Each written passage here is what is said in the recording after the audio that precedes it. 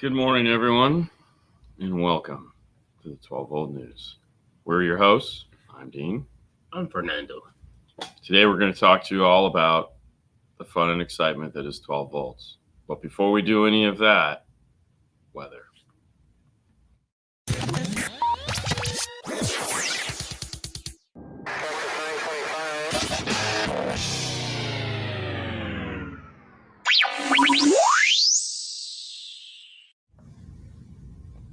What is the weather like today? The weather is 79, right? Yeah, that's what it It's says. 79. It's going to be like, what, 200? 90. Yeah, high of 92. Yeah, Feels like exactly. 84. Yeah. The 5-degree feels like, wow, that's crazy. Which is nothing compared to what it is in some of these other areas. Yeah, let's see what's going on in your neck of the woods. Good morning, all. I have many questions. Is there email I can reach you?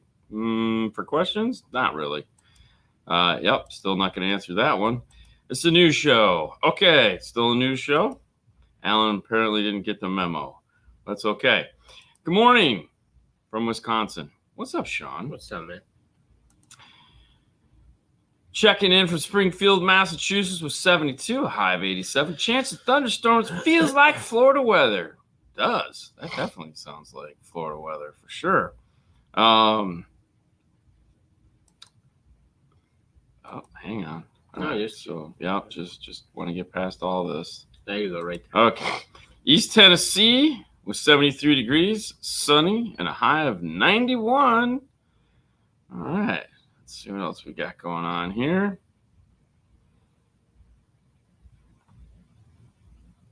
And for all of you guys that just chime in for the first time in the news show, this is a news show. We don't answer questions.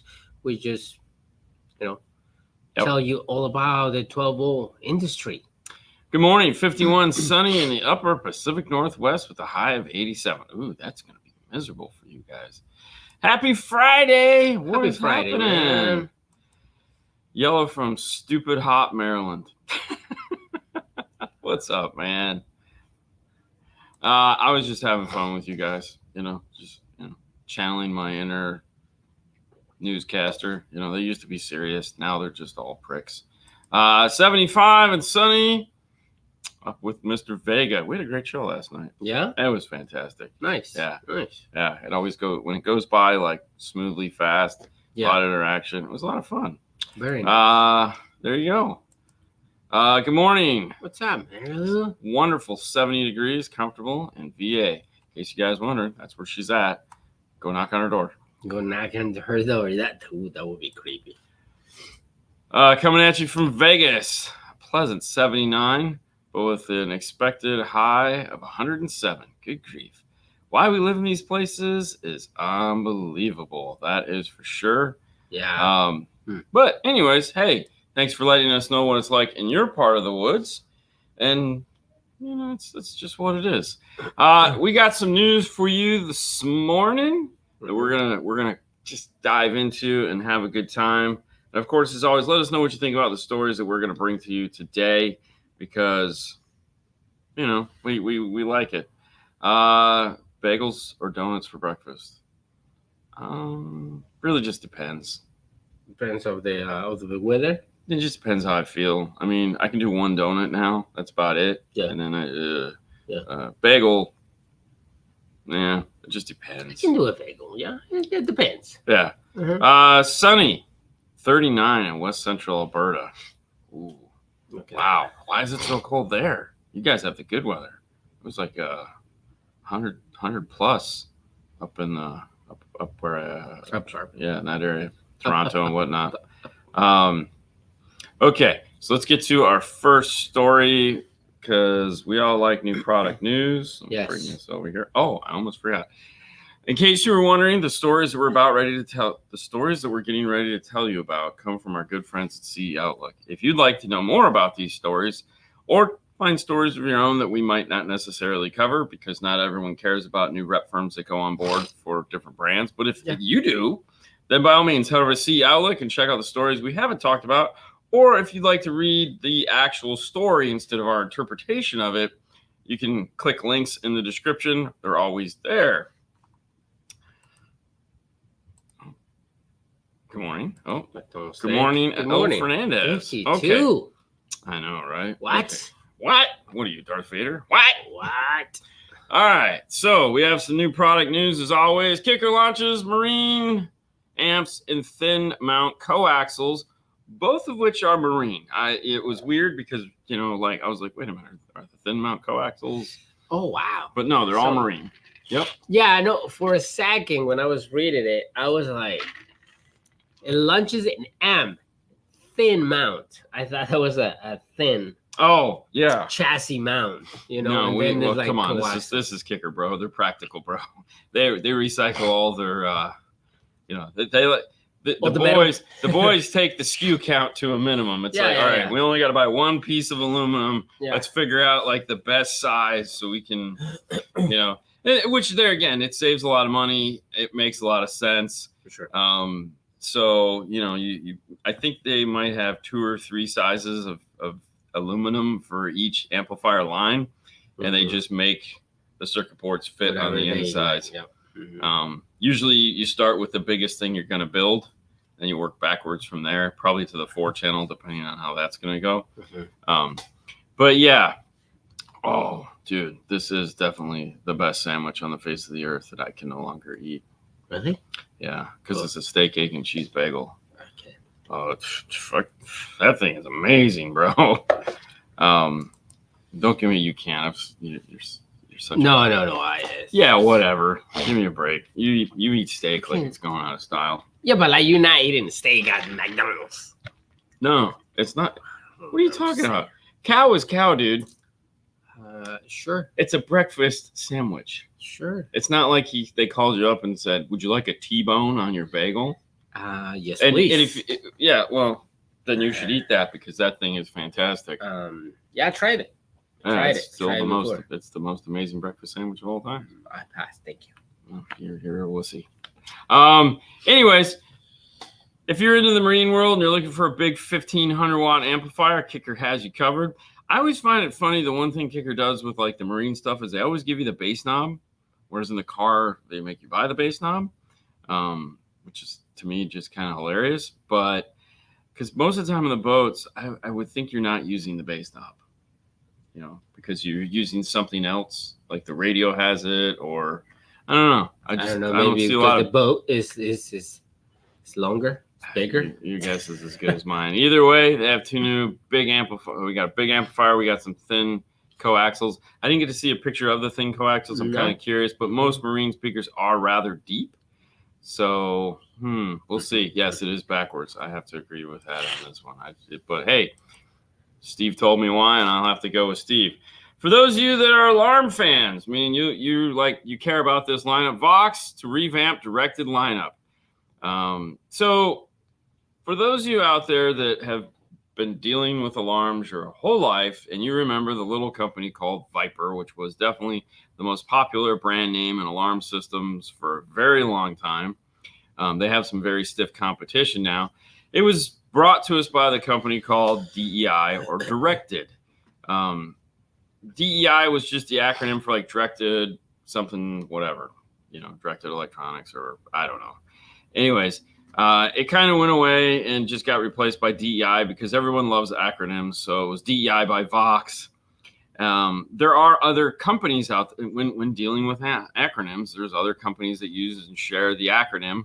And so, yeah, Vox has secretly been working on an update, you know, according to the story from our good friend Seth. They have been secretly working on a platform upgrade, releasing all new stuff. This is because Vox bought Directed several years back and has been moving the product along. And apparently now they're ready to release all the new goodies. And with that, they decided to change the name from DEI by Vox to go back to the original, which was Directed. And they've added by Vox, obviously.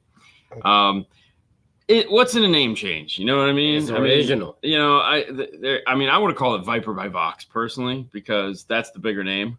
Like, I think I would have pulled out a Maxonic. You know, nice. It's like, well, you know, because like Hyphonics, you used to have like the Zeus, the Odin, and all these, and now they're lines. So the Hercules is a whole series of amplifiers, whereas originally the Hercules was just one amplifier. So I feel there again. I'm not involved in this, but I would have just named it Viper because that's the more popular brand. 100%. You know, Viper by Vox, and just encapsulated everything under the Viper name and just done away with directed altogether because people don't know what that is. They don't know what's directed, but still people asking for Viper. Do you guys sell Viper? Do you guys have Viper? So yeah. Boston sidewalks are melting right now. Viper. Yeah. Wipers. Definitely had my share of Vipers. I mean, we installed a ton of Vipers. I love my Viper. Everybody loves Vipers. Yeah, that's awesome. You know, everybody loved Vipers for sure.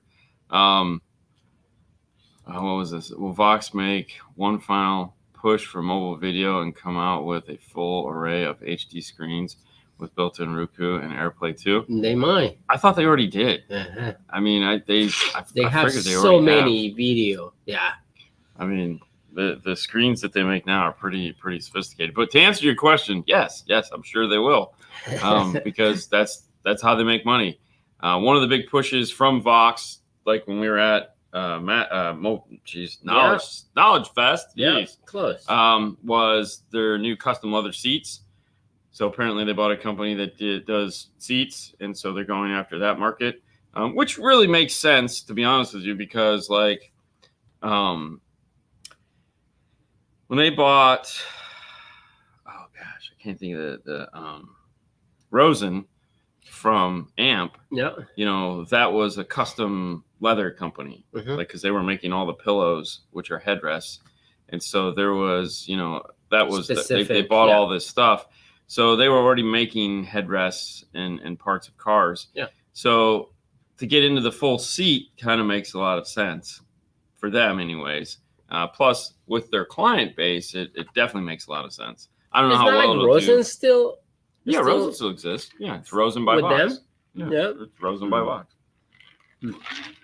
Just add by Vox to everything. You know, it's like, you know, they're a big company, both in car and home. So gotta get that Vox money. Anyways, yeah. Yes, I was about to say that. Yeah. Yeah. Okay, hold on. There we go. Over fan. Vox has one HD model, 13-inch drop down only. Rest just below the resolution of HD. All right. Well, there again, Vox is new to us a little bit because Seth is now involved and he's involving us. New to us. Yeah. JVC introduces 2 new decks. This might come as a surprise that they're introducing 2 new decks. When just last week we talked about Kenwood introducing what? 2 new decks. Yeah. Wow. So it is JVC Kenwood after all. So naturally we're gonna see, you know, the hey, here's our version, here's your version. No, we're not the same. No, we're not. We're totally different. And they are in the sense of the operating system. That is the one thing that I will say that JVC and Kenwood have managed to do through this weird relationship of ownership between the two of them. Yeah. Is keep the OSs totally separate. Yeah. They don't work anything like one another. Some of the back end stuff is very similar, but you know, like the layers of how this works and even that feature, we're turning up and down the volume and stuff like that. They've managed to keep those totally separate. They don't want anything to do with one another. And when they're in the same room, depending on who it is, they too are on opposite ends of the room. Unless you're in Canada, in which case the Canadians all love each other. And it's one happy family up there. They actually call themselves, you know, JVC Kenwood. It's so strange. See, why they call it JVC Kenwood when actually Kenwood is like the bigger brother, right? Well, yeah, but we don't really know that. Do you really know that? Because Also, JVC is a huge company. Okay. So, you know, when you look at the peripherals that are involved in the brands, what's up, Marty? What's up, man? You know, really the only side hustle that Kenwood has is the walkie-talkie business. You know, JVC still makes headphones and video equipment and all kinds of stuff like that. I don't think they do any more home as far as like, you know, they used to own, JVC owned VHS, which is now like saying, you know, I own a piece of dirt because that's a dead thing. But Okay. I'm sure it's still used somewhere. Yeah. Maybe. I don't know. I mean, in the modern world of hard drives, why would you need any of that? But I still think JVC. I like it. I still think Alphabetical JVC is a bigger company than Kenwood. I don't know. I don't either. Sure. Yeah. I'm gonna go with Kelly. It's an alphabetical thing. We use Kenwood for our ambulance trucks and a lot. Yeah, of course. Yeah, they have a whole business there. I mean, just like when we were at so Dad was like, yeah, JVC's bigger. And there again, it could be as simple as alphabetical. I mean, they're practical people, so Sure. Either way, JVC has 2 new units coming out. They're basically their versions of the Kenwoods we talked about last week, which is going to be cool. Short chassis with the new L shape, removable back pieces so that you can put them in some of the cool like Nissan and Toyota kits. So it's pretty exciting because there are some features that I really enjoy on JVC, as well as there's some features I really enjoy on a Kenwood.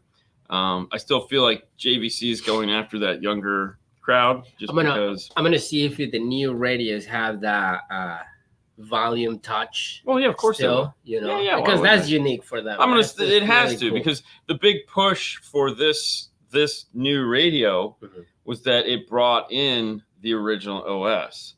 Whereas last year in this category, because of price or whatever, it was a lookalike.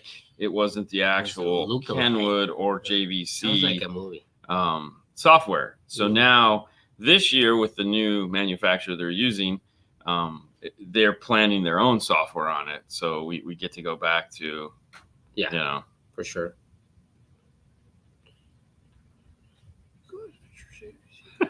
Okay.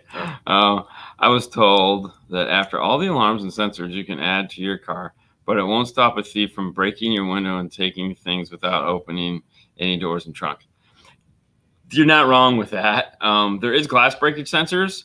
The problem with glass breakage sensors are a lot of cases lightning will set them off. So people stopped using them because they're looking for a specific frequency and you can get that. So you can there is a sensor that will pick it up. However, you're going to get more falses. And from a retail side, the one thing we don't want is every time the thunder and lightning show happens, especially here in Florida, as often as that does, we don't want phone calls going, my alarm is too sensitive. Well, continue with the conversation of the alarms. I saw a video that I think Vox, not Vox, the other guy shared, First Tech, about the new alarm that they came out. That's pretty cool. Yeah? Yeah, the features that they have. Nice. All right, so moving on into the world of craziness. I mean, slow down. Slow down. It's not what the card is for? Yeah, it's your glove box of crap. You know, it's funny. You can go in my car and the only thing you'll find are cloths. There's a lot of cloths for cleaning glass. Okay. And a hat. Okay. Because I need a hat because it's convertible. In your glove box? No, in my car, period. In your car. Yeah. What do you have in your glove box? Nothing. I have a duster in my glove box. Duster. Yeah, just a duster for dust. Because the car gets dusty. It's a convertible. Yes, of course. So, but that's it. I don't keep anything in my car. I hate keeping stuff in my car. Because... All right, so... What we're looking at here is a gentleman is really not the purpose of this. For some reason in this article, they used his picture, which is kind of weird. But the question was posed, are vehicle-specific audio systems good for retailers? Okay, that was the original question. And then he posed the question that it may or may not be, leaning heavily into the may not be. That, of course, was answered by other people in the industry, specifically our good friend Ken Ward, where we come out with a response to Mr. Retail on vehicle-specific audio upgrades. The premise of this conversation that was back and forth, well, actually, it was just one guy said something, the other guy gave his opinion. However, a lot of people agree with Ken on this one, is that, yes, vehicle-specific kits are great for the industry as a whole. One of the things that Mr. Retail was pointing out was that as a retailer, it might not be in the best interest for us to carry a plug-and-play kit. And I was thinking about this, of course, because now it poses the question, what makes the most sense in our lives? So I was thinking, have you ever been to Home Depot or Lowe's? Yes, of course. I used to work there. They used to pick me up there. No? You didn't work there. You hung out in the parking lot. Yeah. Yeah. Anyways, have you ever been to Home Depot or Lowe's? Yes, of course. Have you ever bought anything to fix something in your house? Yes. Have you ever called a repairman when you apartment counts to fix something in your house? No. You never called the repair people to fix something in your apartment? The original apartment you lived in? in? Yes. Come on. Yes, okay. These are all softballs. All you have to do is say yes, because yes, they're all sure. true. My point is that there are certain things that I can go to Lowe's or Home Depot and buy solutions for. Sure. There are also things that I can take chances on. So if my hot water heater dies, I can go to Lowe's or Home Depot and buy a hot water heater. And if I feel up to it, I could try to put it in myself. Like a door garage that doesn't work, you know? Yes. If I have the time, I could fix it myself or pay someone a couple $100 to sure. just do it so I can get on with my life, which hopefully when I get home today, I'll have a new garage door opener. My point is that the argument is if you're selling plug and play or ready-made or whatever the acronym is that people want to use, which the nice thing is you guys that follow the channel have seen both the Alpine as well as the Rockford install and know how complicated some of these installs are. Are you most people are not inclined to tear their car apart to put these systems in there of any kind, and the guys that are the DIY guys that are like willing to do it and they walk into the store, I'm like, do you stock this kit? And we say, yes, they're going to buy it and go do it themselves. Correct. Either way, the business model works. Okay. Yeah. So it only makes sense that like, this is a good thing. Oh, I think it's the greatest thing for us and for the DIY guys, because it gets you into that door. As a DIY, I can try to put it myself, right? And I'm gonna fail, so I'm just gonna take it to them. No, I'm just saying, like, how many people we had that is like, oh, hey, yeah. I'm just saying, but the reality is there's somebody like me and there's somebody like you out there, but might actually have taken the real job. There's no one like me, bro. I know there isn't, but decided to make a real career of something else instead of this. Yeah. But still has the talent to install in their car. I mean, there's lots of weekend warriors out there that are really good at what they do. Yes. And from a retail point of view, these kits specifically designed for these cars are not cheap.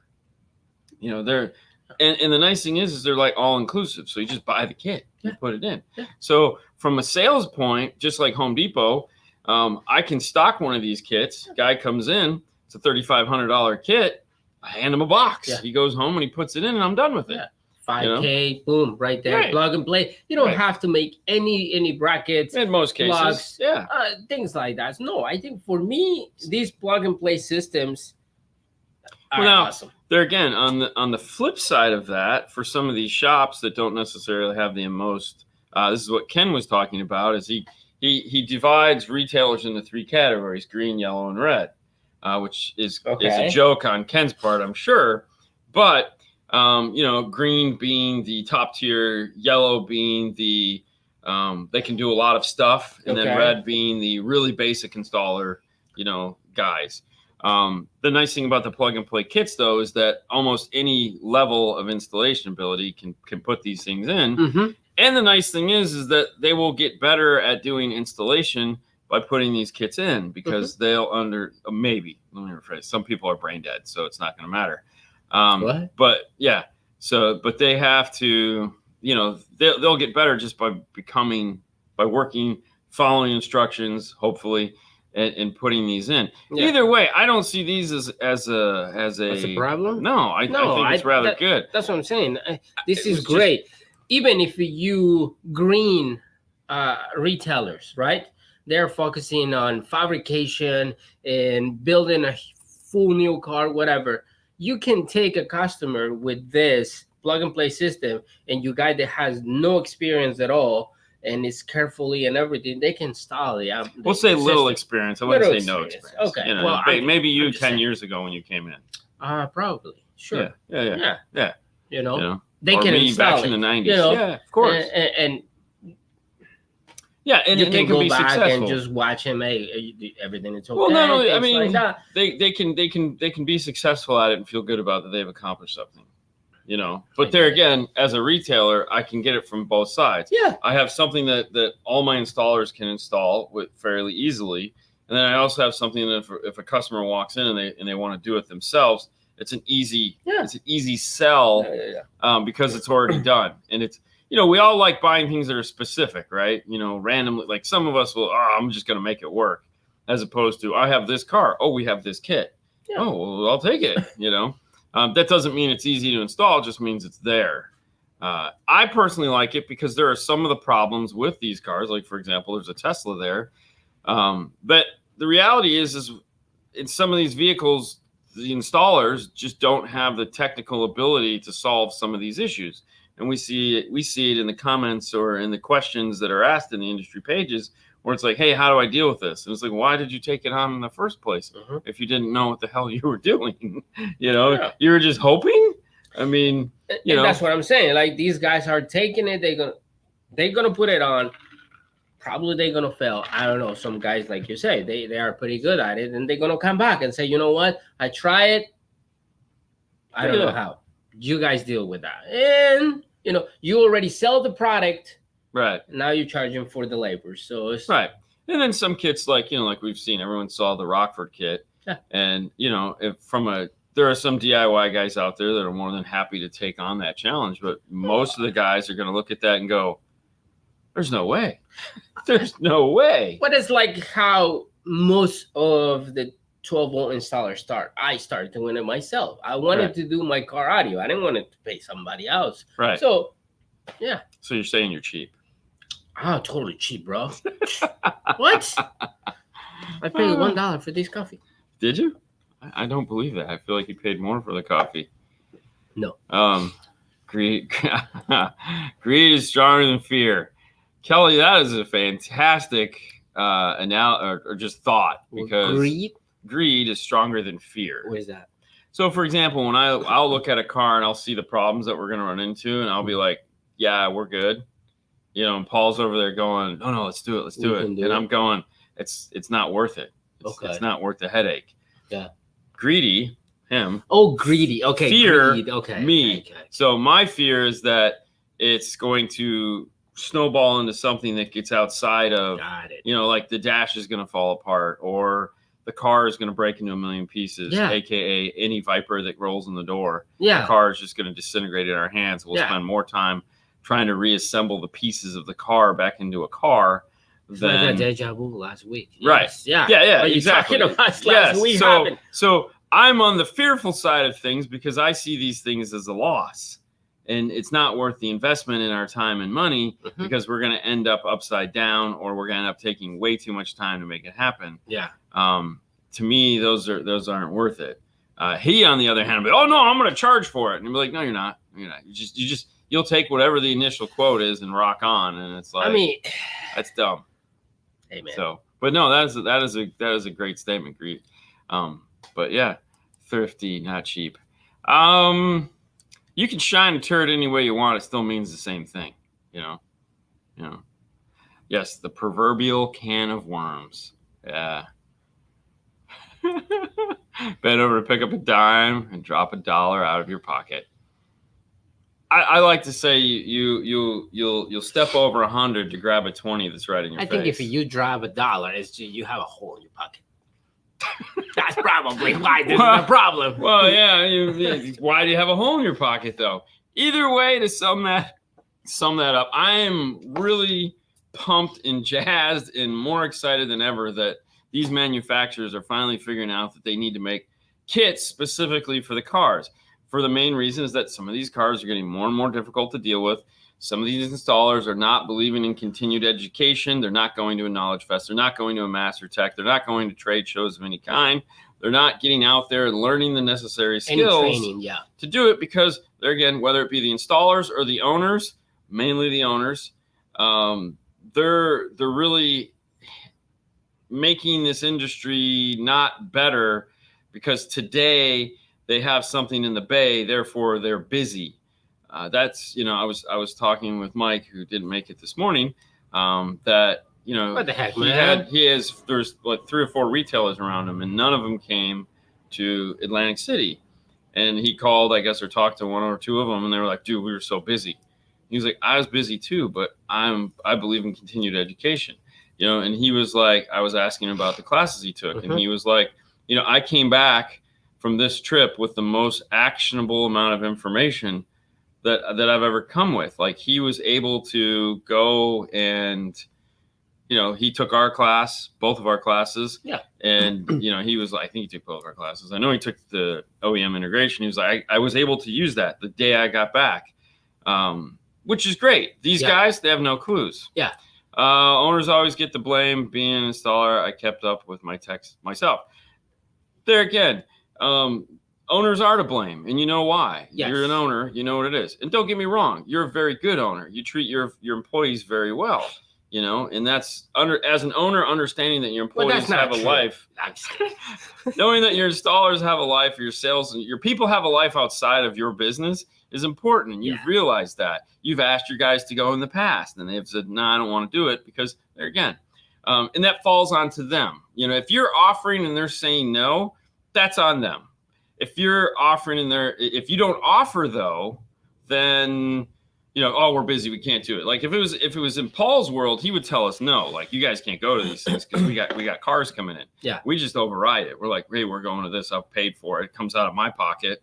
So, but still, like, if anything happens, the owner's still gonna be the blame. You know, because it's the owner. It's the guy the buck stops. Of everybody. Well, and that's where the humor lies. So, because yes, the buck always stops. The buck stops with the owner. Yeah. Whether it's the installer's fault or not. Correct. But there again, so as an owner, I wouldn't want my installers to be as technical. It's like, for example, if I drill into the speaker, you are the that's we're gonna blame you, Nick. That's Nick. Haley. Yeah, Innovative Concepts. Shout out to Nick from Innovation Concepts. Yeah, very knowledgeable. Yes, that's Haley's new buddy. Yes. Yeah. Some of these installers need to self-educate. They're self-educate. Me. Yeah. You know, or you take the initiative, you learn on your own. Yeah. And there again, there's a whole debate here, because that falls between the difference between a career and a job. Yeah. A job is something 100%. You go to. A career is something that you're going to build on over the years and become better at. So some installers just have a job, and other installers have a career. Which one pays better? No, the reality is they pay the same. And that's the problem, is that they pay the same. So, you know, a do boy gets paid the same as somebody that's actually trying to make a shot at this. And that's where it all kind of falls apart. Name of the shop is the name of the owner. Yeah. So, well, that would be a there again, bad shot name. Yeah. But there again, all in all, it's one of those things where it's the pool is getting smaller as far as the people we have to choose from.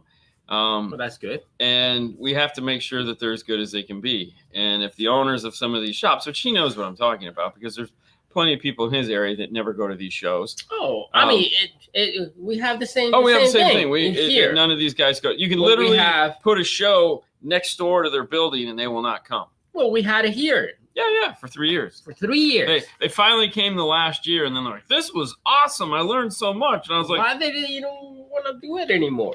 You guys. And you're like, "I can't wait till next year." I was like, "All right, well, where are you flying to? Because we're not doing it here again." Yeah. So yeah. Either way, that's the news, guys. That's what we got for you. As always, a spirited debate in the end. I love it. It is Friday. For some of you, that is fantastic. I look at it as it's Friday. We only got one more of these before vacation. So, oh, God, I can't wait. Mm-hmm. Woo. But tomorrow is Saturday. I did not put up the link to the show note because for some reason I keep getting it wrong. So I will do it tonight. It will still be there. We'll be there tomorrow. Our show starts at 5 o'clock Eastern Standard Time as always. And we'll be taking your questions and having a good time. Tomorrow we are going to do the segment on Arc Audio DSP. We're going to talk about rear surround. What? Ooh, that is a big hot button topic that a lot of people they want the surround, man. They want the rear song speakers. That I want to play it. I just want to listen to it. Don't forget, guys, follow us on 5 Minutes with 5 Star on Instagram. Number 5. Star, spell it yeah, out. Yeah. star. Star. Just yeah. one star. Yeah, so he can How many answer do you more need? questions about. All right, guys. You have a wonderful day. We'll see you tomorrow. Bye. Bye.